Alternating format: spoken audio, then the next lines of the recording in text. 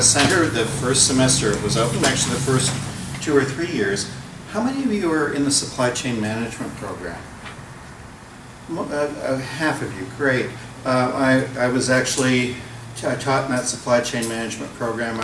I in fact started the international economics course, and I'm a very big fan of that program. Excellent, excellent program. So, good morning, and not only happy Veterans Day, happy Remembrance Day. I'm wearing a poppy. I'm Canadian. In America, November 11th is Veterans Day, but in most of the rest of the world it's called Remembrance Day. And it remembers the end of World War I, which happened at 11 o'clock in the morning on November 11th, 11/11/11.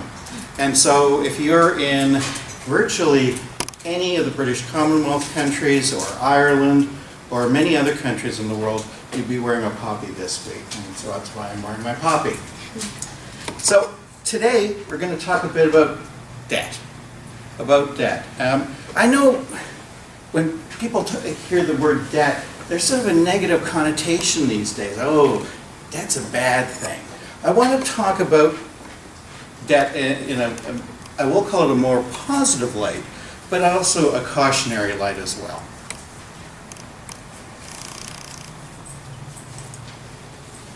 I'm going to start with a video from an absolute, just 2 minutes, an amazing...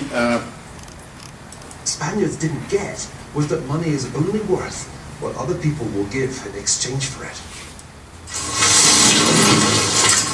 On the back of the $10 bill, it says, "In God we trust." But it's not really God you're trusting in. By swapping your goods or your labor for a fistful of these things, you're trusting the US Treasury Secretary not to repeat Spain's mistake and produce so many of the damn things that by the time you come to spend them, they're worth even less than the paper they're printed on.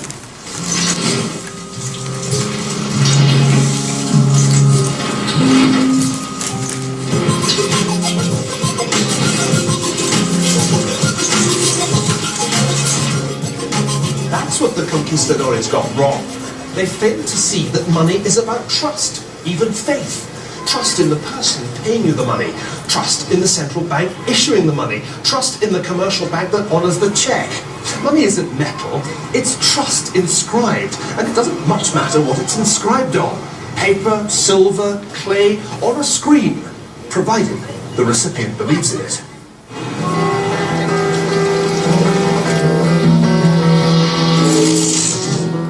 There was one huge possibility created by the emergence of money as a system of mutual trust.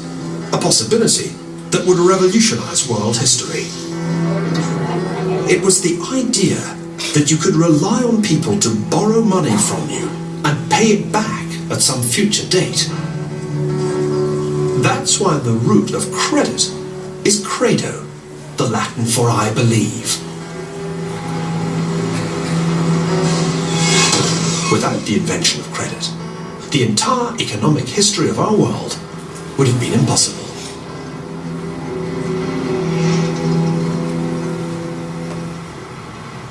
Because we take it for granted, we tend to underestimate the extent to which our entire civilization is based on the borrowing and lending of money.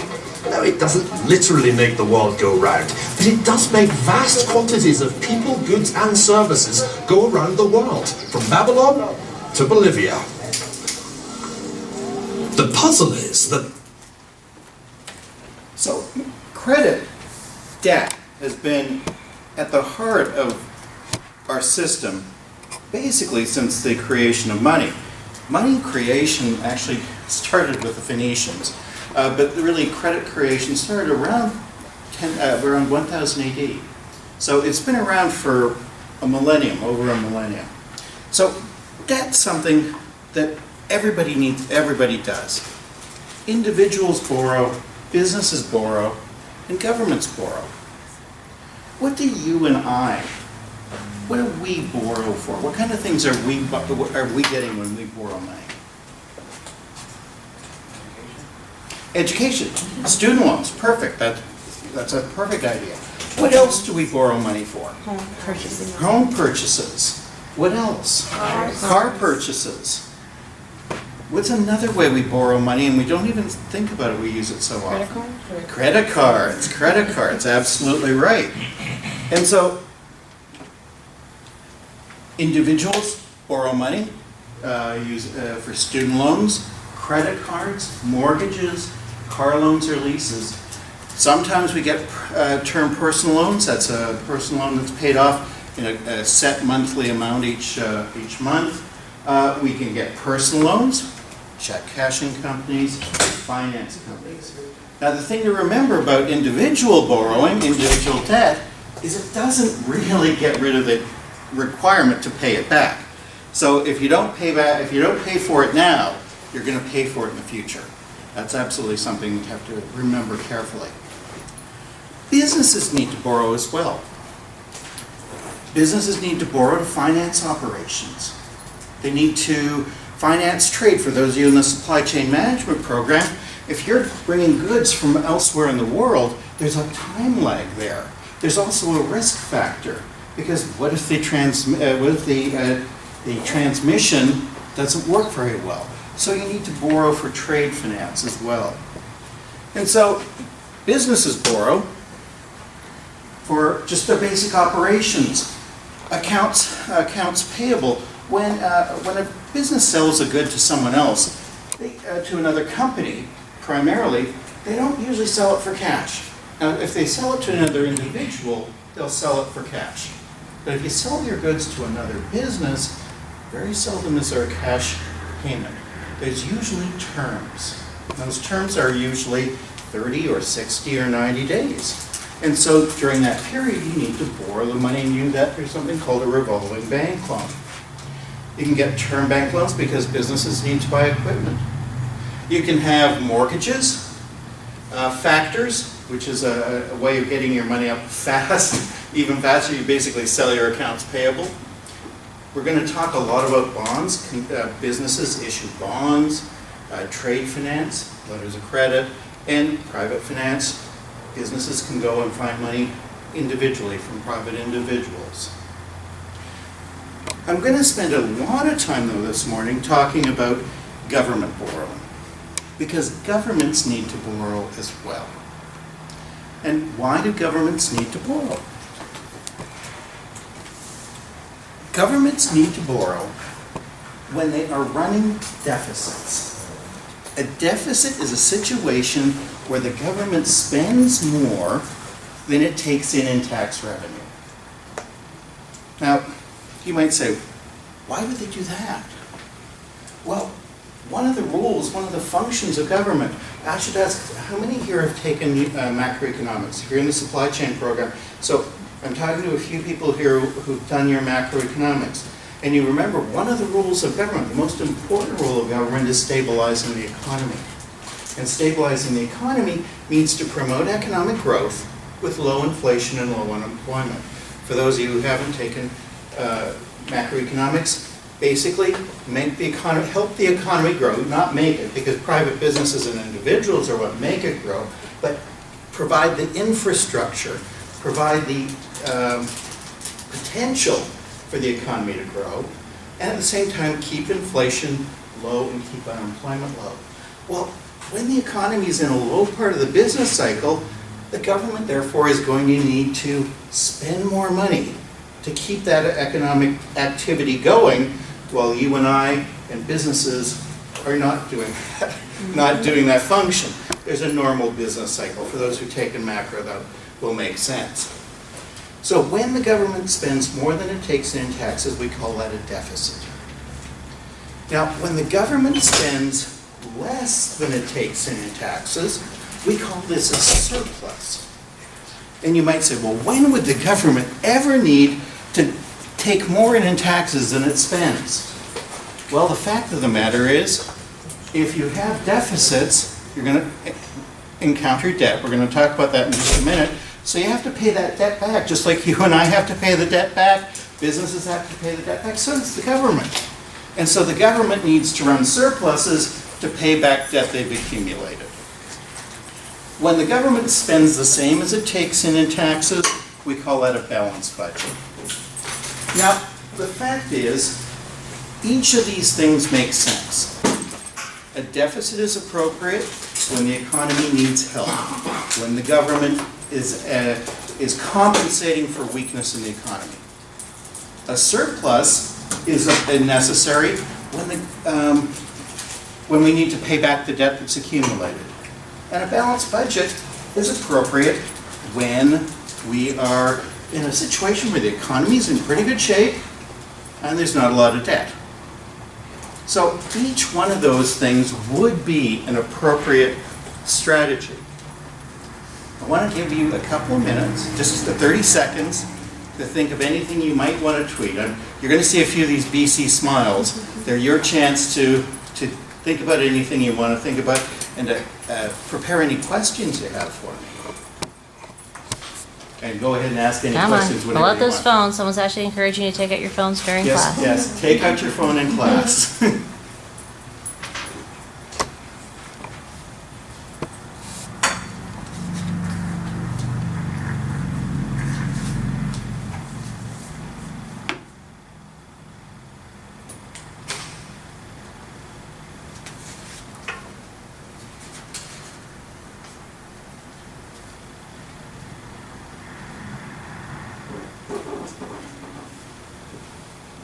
It's also my opportunity to have a sip of coffee.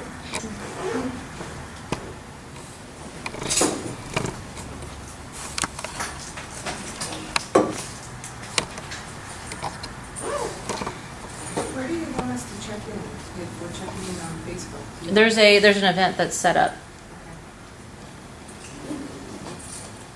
So if you go to the at BC South South Campus, there's an event there, and so you can click on it, interested going, and then that's kind of how that could work. And there should be one set up for Twitter as well, depending what you're, and I believe Instagram too, but I'm not an Instagram-y person.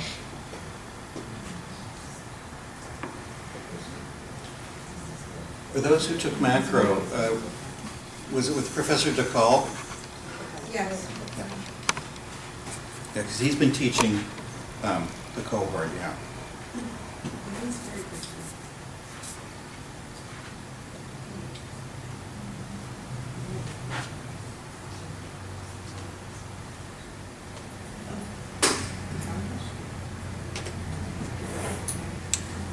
So, as I said, you would expect over the course of time governments to have periods where they would run deficits, periods where they would run surpluses, and periods where they would run balanced budgets.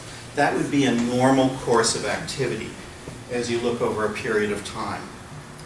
I want to look at what we've done in the United States since 1940 to 2012. And this is actually what the performance has been. Now, the areas in pink are the areas of are the times of deficit. The areas in green are the time of surpluses, and where the blue and red lines come together, they're balanced budgets. What do you notice is the dominant color on this? Red. Red, red, red. So the theory is we would have times of deficits, times of surpluses, and times of balanced budgets. But indeed, what happens is that's not what we see. That's not the experience. The theory tells us one thing, our experience shows us another. For those who have trouble seeing, we had surpluses in the late 1990s and a couple of tiny surpluses in the late 40s and late 50s. Other than that, we ran essentially during World War II, we ran deficits. That would be expected. Then World War II was an entire mobilization of the American population. Thereafter, till about 1974, 73, 74, we ran sort of balanced budgets with a little deficit. From 74 to 80, our economy had great difficulties in the 1970s. We actually had 2 oil price shocks. In 1973 and again in 1979, the price of oil doubled overnight. OPEC, the oil producing and exporting countries, had the market power at that point to do that. And literally, they said one day, by the way, price of oil has doubled twice on us. The economy had a very bad, it was hard to react to that, and that's a whole other lecture. And so that's what generated this little bit. Starting in 1980, you notice the pink explodes. And so our experience is that rather than running this cyclical situation where we would see deficits followed by surpluses followed by balanced budgets, we're seeing that deficits proliferate. Now, you might ask, why? Why? Well, it's actually quite a simple thing. The decision makers in this case are our federal political leaders. And this is not about a party, by the way. You'll notice from 1980 on, we've had Democratic and Republican presidents, and we've had Democratic and Republican Congresses. So this is not a statement about either party. But politicians' main interest is getting elected and re-elected, right? If you're not elected and re-elected, you have no authority at all. You can't affect policy, you can't help your constituents, you have to stay in power. Well, it's very easy to stay in power if you make life easy for your constituents. You keep taxes low. But then you spend a lot of money too. Spending money and taxing low are very politically popular. And that's really what's happened over the last almost 40 years now. And so we have this experience where we've had mainly deficits. The deficits in the last 5 years have been comparably large, although they're actually tailing off a little bit.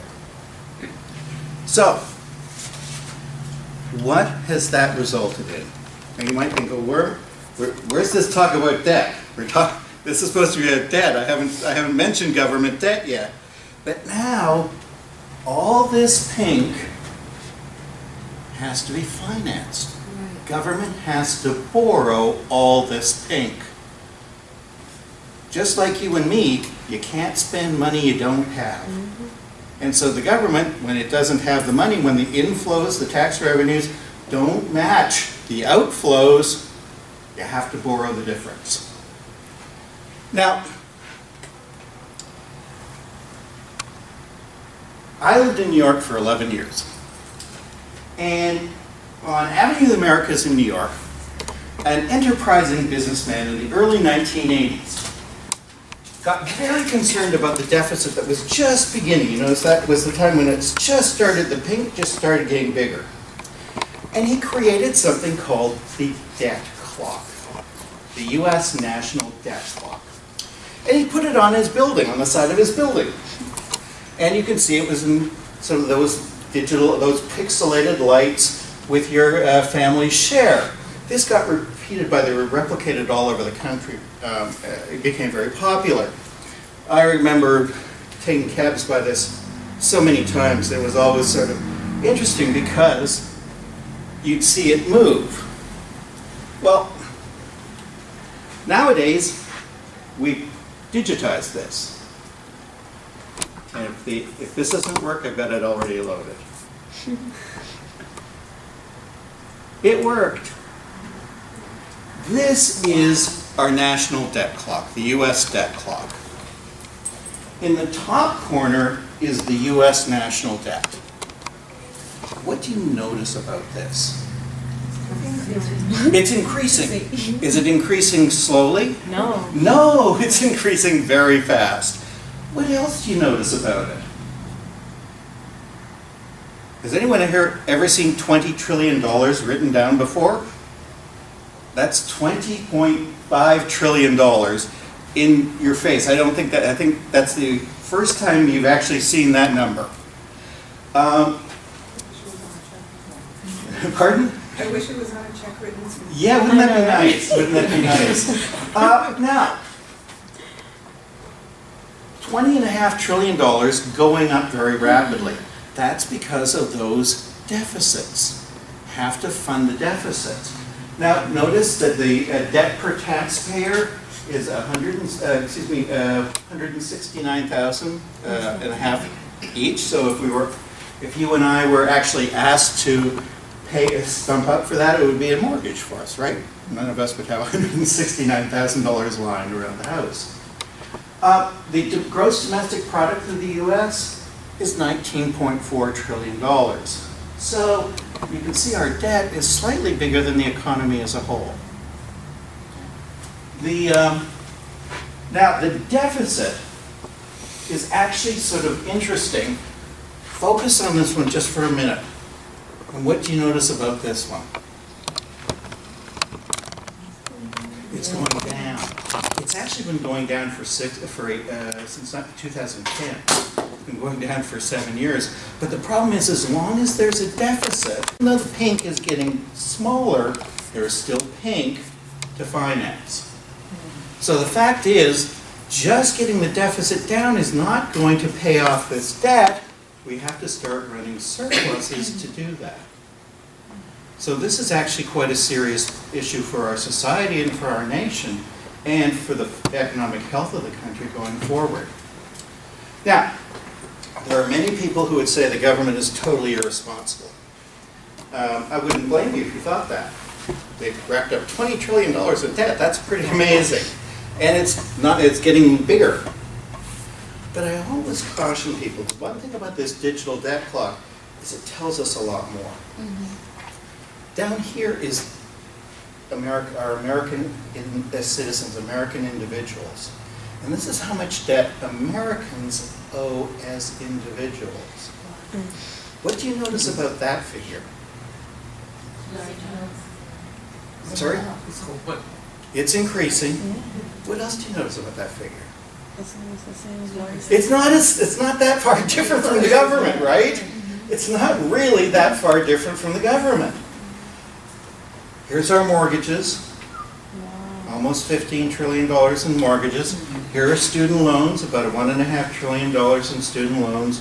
Credit cards, just over $1 trillion. The average personal debt per citizen, $57,000, which is just about the size of our GDP per capita, what the mythical average American makes. Just about the same figure. So literally, our whole income would be taken up with debt. Now, nowhere on this thing does it show us business debt, but we can easily figure it out. We see that the total debt in the country is $68 trillion.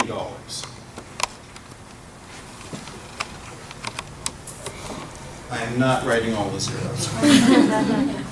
We see that the government debt is 20.5.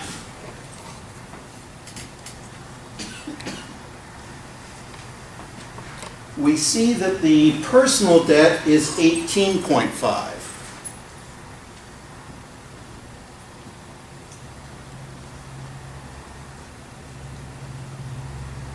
U.S. businesses owe about $29 trillion. So they owe more than the government or individuals. So when people talk about the irresponsibility of the government because of the amount of debt, I always caution people, as I was saying, people who live in little glass houses shouldn't throw stones. Well, frankly, we're all in the same boat. We're all in the same boat. Debt is one of the reasons our economy is so large and why there are so many wonderful opportunities. But there's a caution here. Ultimately, it has to be repaid. Ultimately, it has to be repaid. So we're doing very well now, but that's future payments are going to have some real implications here.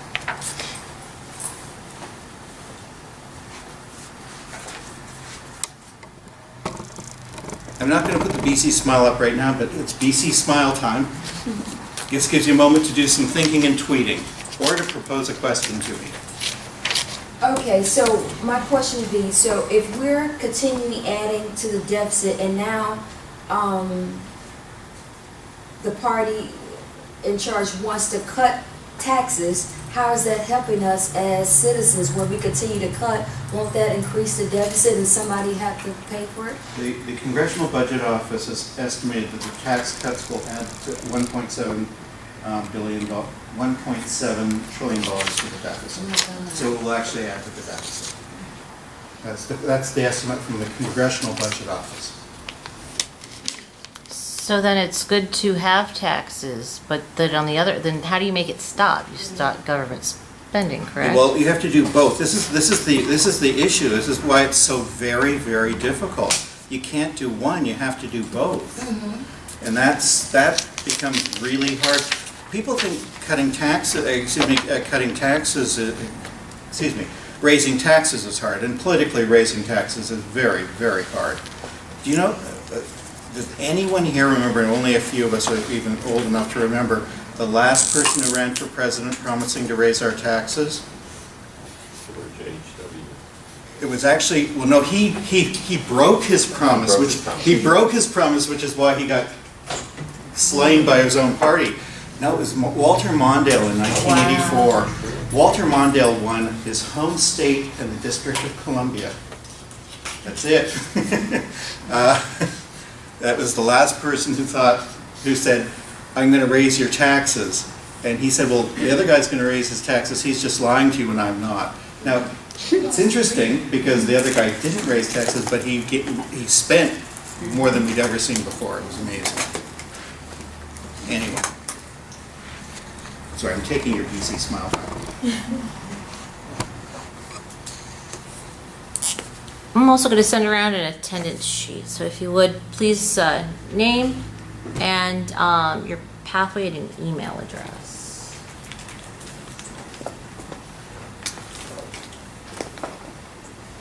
So, what is this debt? What is $20 trillion? What is it? They're bonds. They're bonds. And we're going to talk about what a bond is, so that you can understand how they borrow. Because governments don't borrow like you and me. How do we borrow? From the bank. From the bank. Or from our credit card. Or we go to financial aid from the financial aid office. That's how we borrow. When the government borrows, they actually issue IOUs. They're called bonds. And so they issue these IOUs, and I'm going to show you the structure of them. They're actually not very complicated. But they write it this bond, and they sell it in the global bond market. Global bond market is the second biggest market in the world. We're going to talk a little bit more about it near the end. The global bond market's got about $99 trillion in bonds outstanding right now, of which America, which is both government and business, accounts for 37. So America alone is about just over 37% of the total market. It's funny, when you have a total market being 99, your percentages are awfully close to the actual raw number. Now, this global bond market is exactly global. This will be very interesting for those of you taking world geography. You and I, we could go to a broker and we could buy bonds that are issued anywhere in the world. We could buy bonds issued by the Ecuadorian government. We could buy bonds issued by companies in Germany. But it also means Germans could buy bonds that are issued by American companies. Or Ecuadorians could buy bonds issued by American companies or the American government. The bond market is integrated and global. It operates on a 724 basis. You do have to go through a broker. You can't do it online like you can buy stock. You can buy stock online. You can't yet buy bonds online. The reason is bonds still have there's an inventory of bonds that people, if you want to buy a bond, somebody actually has to have a bond to sell you. And that we can't do online. So, graphically speaking, the U.S., about $37 trillion. The rest of the developed world, minus the U.S., has about $44 trillion in bonds outstanding. And the emerging markets of the world, about 17 trillion. Yes? Where are the emerging markets? The emerging markets are those markets in South America, Africa, parts of Asia, what we used to call, well, BRICS are the best of the emerging markets. That's the high end of the emerging market. I'll explain that in a second. We used to, in the bad old days, call this the third world, and now we call it the emerging markets. BRICS, by the way, stands for Brazil, Russia, India, China, and those are the 4 of the biggest emerging economies, and they got named that by Goldman Sachs.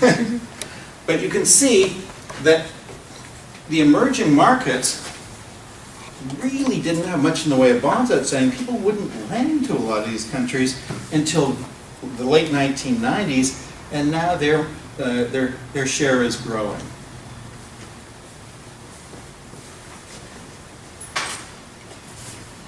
So, what is a bond? A bond's a legally binding IOU issued by a government or a corporation. It's debt. If you write a bond, you are asking for a loan. You are obtaining a loan. The bond issuer will promise to pay interest and principal at maturity. If you buy a bond, you're called a bondholder. A bondholder is a creditor, a lender. You don't own the company, you don't own the government. If you're a stockholder and you buy stock in a company, you are a part owner in that company. But if you buy a bond, you are lending that company or that government money. And therefore, you get paid interest. Just like the bank gets paid interest by you and me, if you own debt of a company or a country, you get paid interest. Bondholders have a higher claim in a bankruptcy.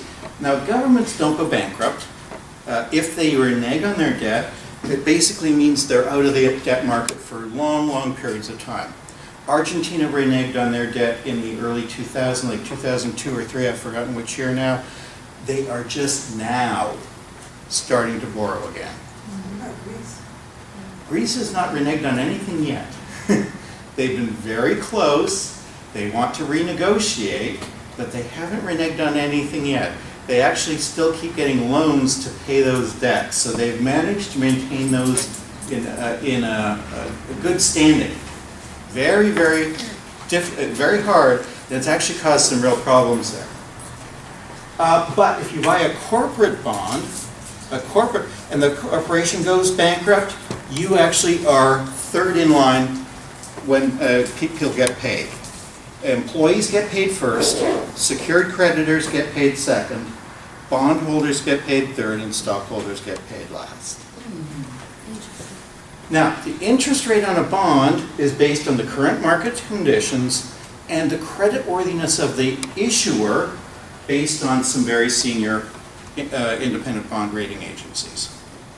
And you may have heard of Standard & Poor's and Moody's, or you may hear the bond is AAA. Well, there's very few AAAs left in the world, but those are the ratings issued by the agencies. Now, bonds themselves are very simple. There's an issuer. Actually, I'm going to go right to the example bond. There is an issuer. So in my example bond, we'll use Kingdom of Sweden. There's an amount, $10 million in this case. Now, in reality, the Swedes would issue their bonds in Swedish kroner, but it's easier.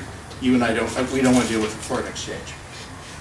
Maturity date, November 30th, 2037. There's an interest rate, and there's an interest payment schedule. For simplicity, I'm going to use interest paid annually. In truth, they're usually paid quarterly. But when I ask you to do a little bit of math, it's easier if I just ask you to do it annually. Now, once this bond is written, it's like it's written in stone. It's like it's carved on a stone tablet. It never, ever changes.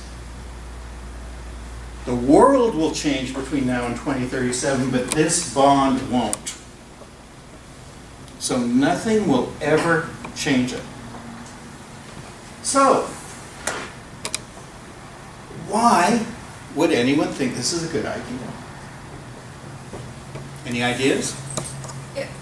Because it locks you into a certain rate, and okay. No, you're good. Keep going, because you're right. It locks you into a certain rate, and it doesn't matter what the economy may do a year from now. It can tank, it can go up, but you know that's your set in amount at that maturity date. Perfect.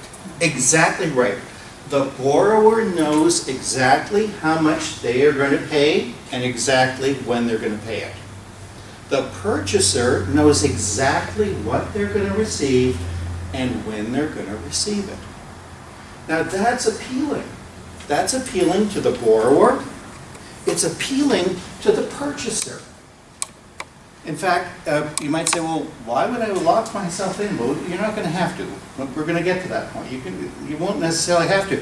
But for a lot of people, that locked-in repayment period is very nice. Retirees love to know what the flow of income is going to be after they retire. No longer have a paycheck. They have a pension, but if they have investments, they like to know that in January they're going to get X amount of money. And in June they're going to get X amount of money, and that way they can budget for the year. So this is a very appealing method, a very appealing approach for a lot of purchasers and for a lot of borrowers. Now let's see. I'm going to ask you to figure this one out.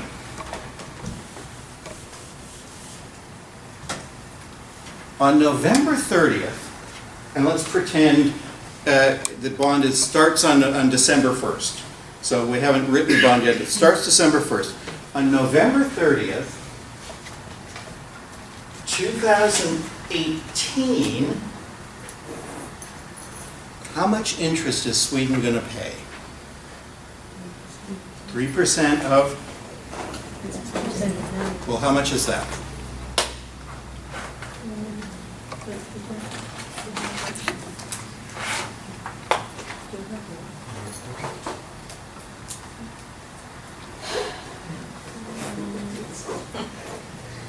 You can use, oh good, calculators are good.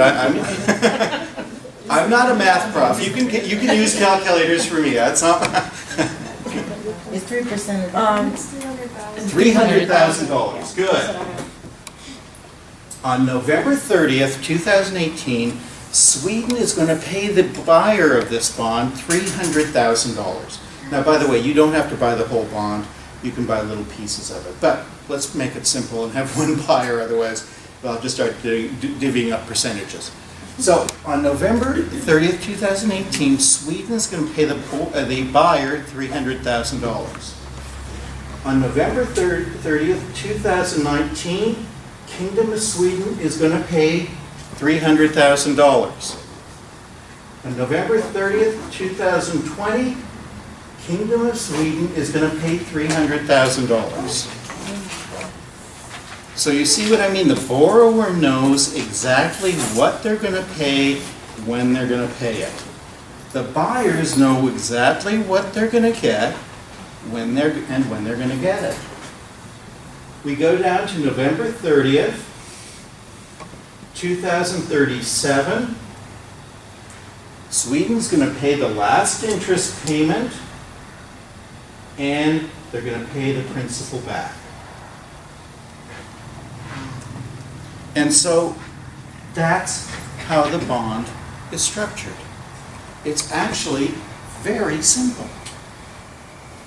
And the simplicity is what makes it appealing and attractive, and what makes it so easy to become an instrument. There are $99 trillion of it out there. If it was too complicated, it would be hard to have $100 trillion of the stuff around. But by having it this way, this becomes something that can ultimately, we're going to go to another step in just a minute. I'm going to not go too far into it. But I want you, this is what I wanted you to understand from here. This might be, now, let me take one more step and then we do our BCsmile. Now let's say you bought this bond, and you don't even have to think you bought 10 million of it.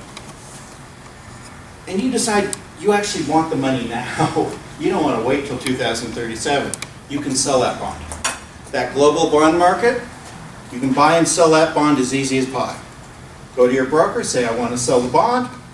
Broker will sell it. Someone will pick it up. Sweden's a good credit, and so you can sell it.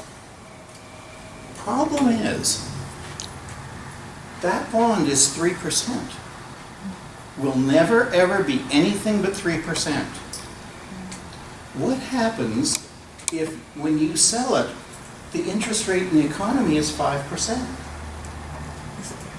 Your 3% bond is paying $300,000. But if someone has $10 million, they could earn $500,000 by buying a new bond. What are you going to have to do to encourage someone to buy your bond? Increase the interest.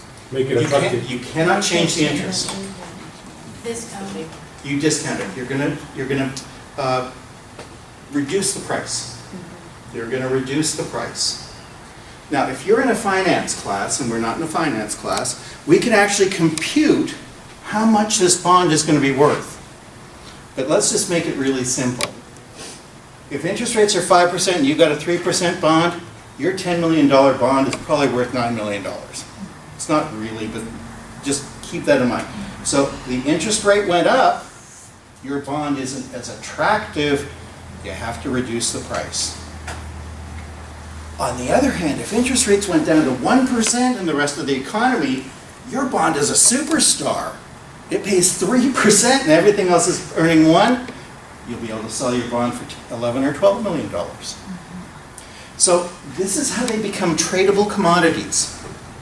Bond prices change not because the interest rate, not because anything in the bond changes, but the interest rates in the economy change, which changes the value of that bond.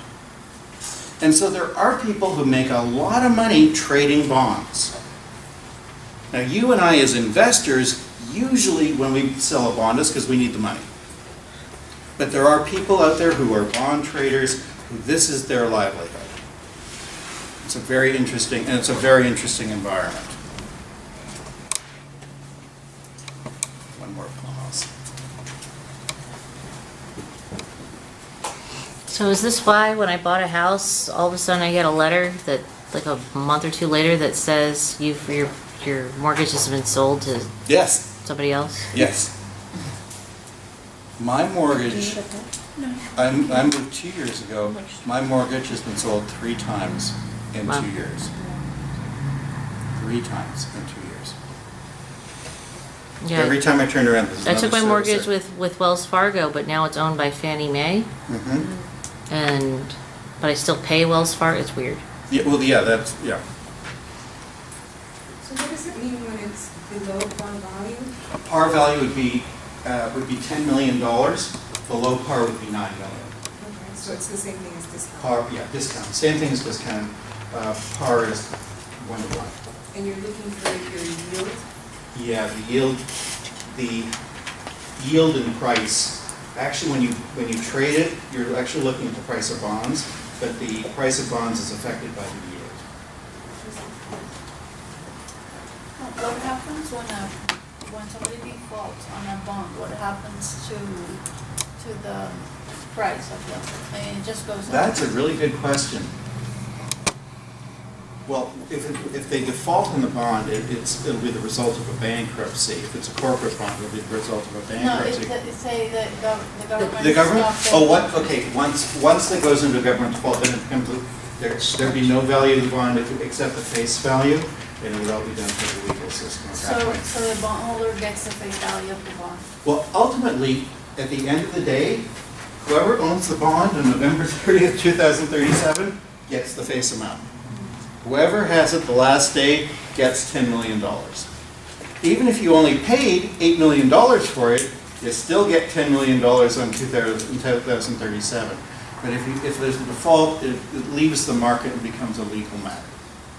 Just goes, there wouldn't be anything but terrible. Do people hedge bonds? I'm sorry? Do people hedge bonds, like when you're hedging? Yes, you can hedge any tradable commodity. You do that with a derivative. So you'd probably buy, if I was going to hedge a bond, I would hedge it with an option. I just buy bond options. And that's a very big market. Are we gonna talk about derivatives today? No, we're not going to Oh, talk about that's so derivatives today. exciting. No, we're not going to talk about derivatives. I could, but I'm not going to.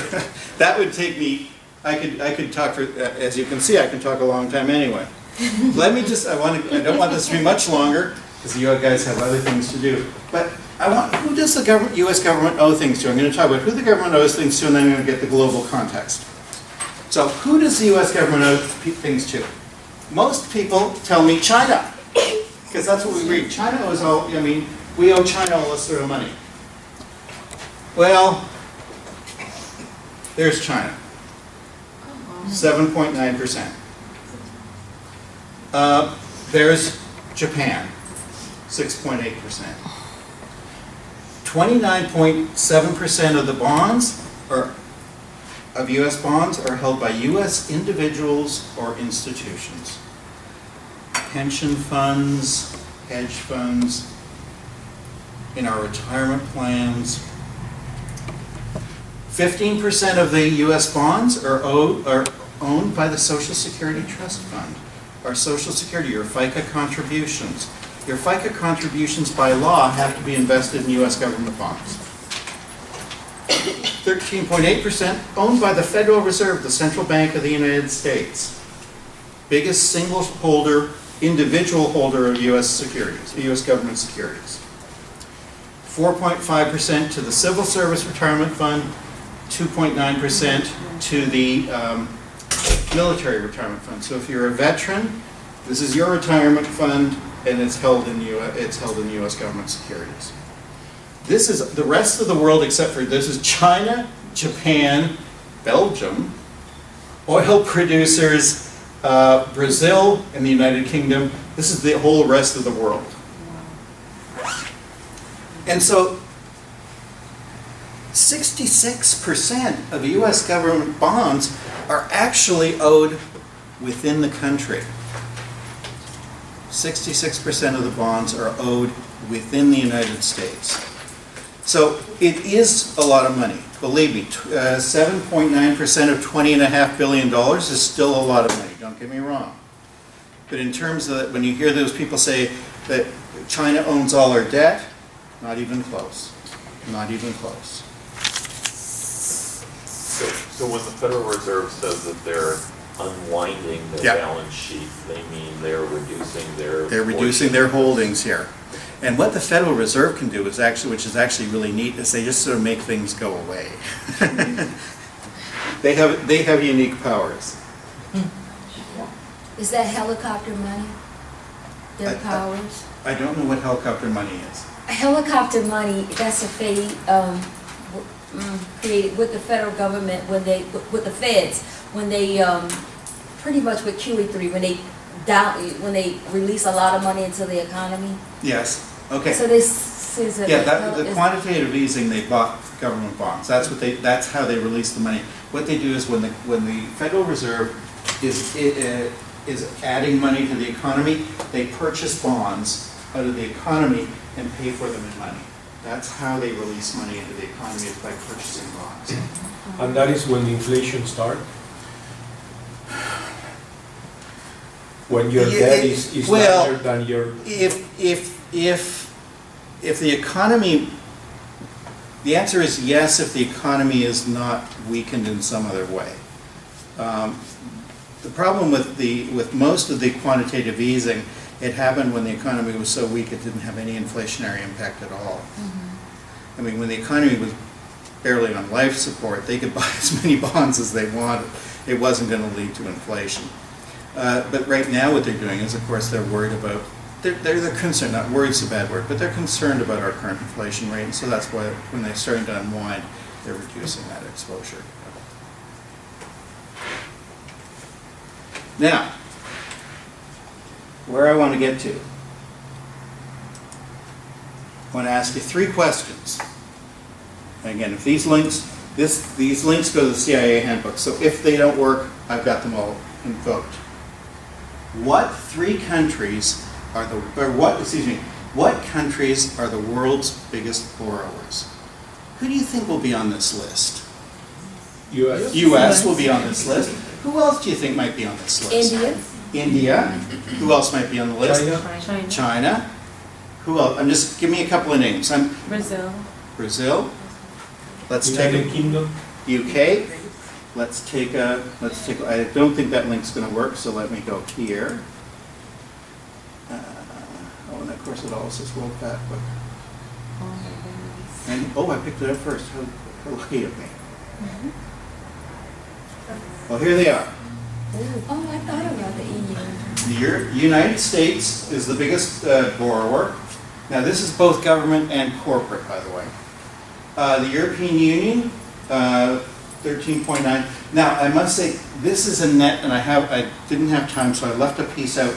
This is net debt. The debt that's owed to other parts of the government, if you take that out, because let's say, it's like it's saying one part of the government owes another part of the government money. If the Social Security Trust Fund or the military pension or the Federal Reserve owns debt, it's one part of the government owing another part of the government money. They take and just wash that, and they call that net. So this is a net figure. European Union second, UK third, France fourth, Germany fifth. Now notice the European Union on its own has obligations. That's dangerous. Isn't that weird? Isn't that weird when you got the European Union and then look at the next list is all EU countries. Yeah. Japan, Ireland, China way down here at number 15. So those are the world's biggest debtor countries. Wow, that's interesting. What countries do you think have the world's largest public debt? This is government debt, and this is as a percentage of the economy. So the net debt to GDP. Who do you think is the most indebted country in relation to the size of the economy? Africa. African country? Any other ideas? Us. America? Argentina. Argentina? Miramar.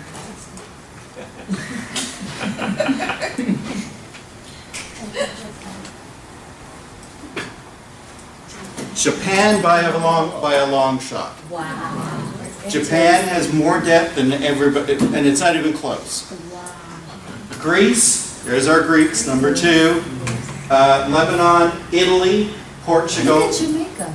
Jamaica way up there. Remember, the Jamaican economy is very small, and the debt is equal to the size of the economy. Now, you might say, well, gee, where's the U.S.? Well, remember, our economy is huge, remember? So we're talking about debt in relation to the size of the economy, and so we're sitting down here at 43. Oh, not bad. Okay. So in terms of the size of the debt to the size of the economy, China is on this list. I need to move to China. Here's India, by the way. And South Africa.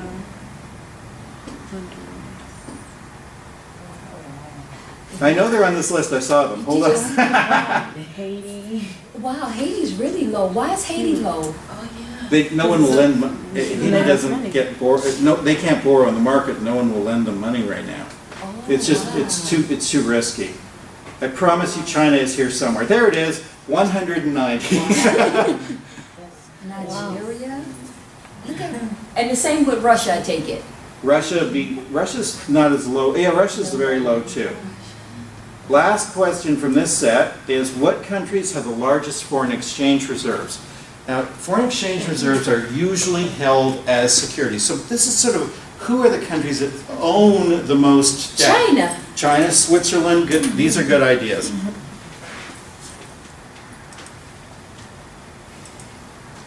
Yay! China, Japan, the EU, Switzerland, Saudi Arabia. So the Yeah. Taiwan, Hong Kong, They buy everything. so South Korea. So notice these are the countries that basically own all that. Who owns that debt? Right. These are the countries that own all that debt. Wow. So, I've taken an hour of your time. I just want to do one more quick thing, and that is if you're looking for for a good source of international information, two websites I heartily recommend to you. The CIA, the Central Intelligence Agency, yes, that Central Intelligence Agency has a World Factbook. Absolutely amazing.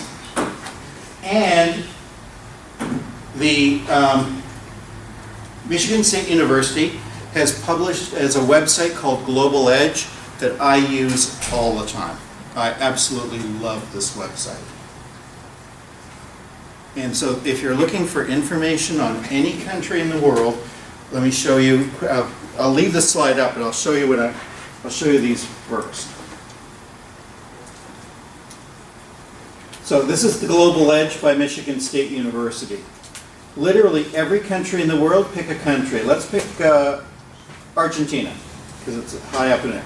And then we visit the country. And now you have history, government, economy, statistics, trade statistics for those of you in supply chain that are doing things on trade. I know that if you're in the bachelor's program in supply, you have to do international economics. I love this site for that course.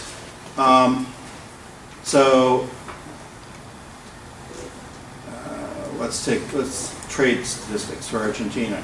So, biggest trade partners, here are the countries that Argentina trades with, and who are the countries they import from. Here's what Argentina exports. Wow. Here's what Argentina imports. So I mean, in literally every country. I love that site. And then the World Handbook. That's great for business. Yeah, it's great. Oh my God. And this is the World Factbook, and it's basically the same thing. You can pick a country, any country in the world, or you can do country comparisons. I really like this featured country comparisons, and this is where I had those lists that I just showed you. Are there any questions? Thank you so much for your attention and your participation. I hope you enjoyed this morning. I hope there's something you can take away and say, okay, as long as there's one thing I'm happy. Thank you very much. And I'll leave those sites up, so there you go.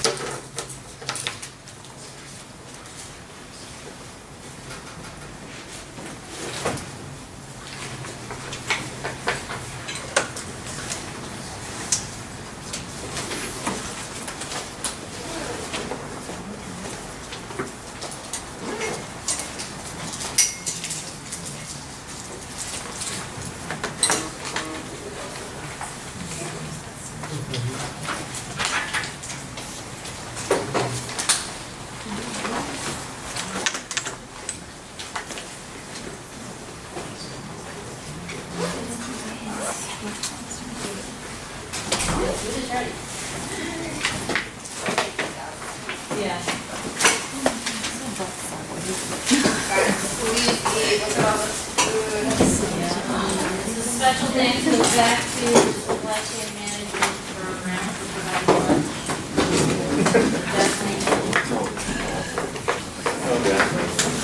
With roast beef, ham, turkey, and veggie. Yes, but she says, All your own. yeah, so just to go over what we'll be doing next.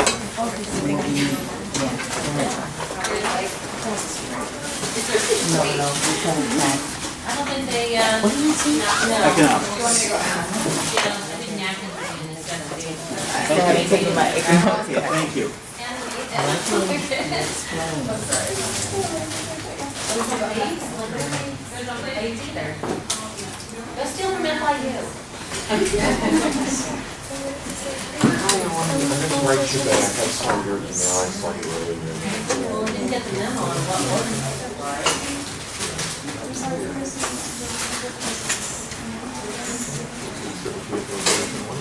Can I ask you a quick question? You sure can. Because I have never been able to really understand like stocks and things like that. Okay. Where does that come from like here? Does that have anything to do? It does, and if I hadn't gone out of time, I would have talked about stocks. Okay. Stock. Believe it or not, I had a stock. There we go. Stocks, the difference between a stock and a bond is when you buy a bond, you're lending money. When you buy a stock, you're taking ownership in the company. So you're buying an ownership share. So you don't get paid any interest. I didn't know what because bricks was either. You're an owner. What you get paid is you might get paid a dividend. I wanted to ask about the 99 Companies can decide whether or Remember not, they was, for instance, Apple and Microsoft never pay dividends, even though they're very, very profitable. But, so you can get paid a dividend, but you might not. But where you buy a stock is for the appreciation of stock. You buy it at $10 a share because you think it's going to go to 15. And so you sell it for a higher amount, and that we call appreciation. So a stock is ownership of the company. You get paid with dividends or appreciation. So you're not a borrower, you're not a lender. The reason stocks and bonds get lumped together is that, stock in a good portfolio, you have both. You have bonds that you get regular flow of income. You do stocks because there's potential for growth. We actually call that the growth in the income section. And so a good portfolio has both in it because you want to increase your portfolio through stocks, but you want flow of income from your bonds. And so that's why they get lumped together so much. But they're very different instruments. When a company issues stocks, they're actually adding owners. You can vote, you can go to the shareholder meeting, you can vote, in fact you have to vote, on company issues, you can elect the board of directors, you can go to the annual meeting, a lot of people buy stocks, just go to the